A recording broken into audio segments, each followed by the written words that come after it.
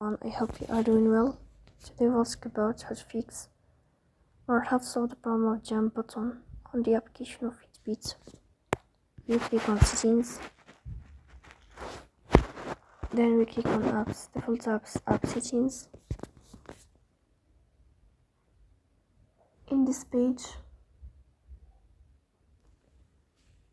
you will go here to this window and you will search about Fitbit and you will click. Then in this window,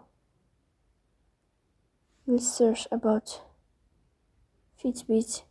Here in this window, you will click on first stop and you will click OK. Then you will enter to storage and here we click on clear cache. In the end, you will turn off your phone and you will wait a moment to restart your phone again to fix that problem.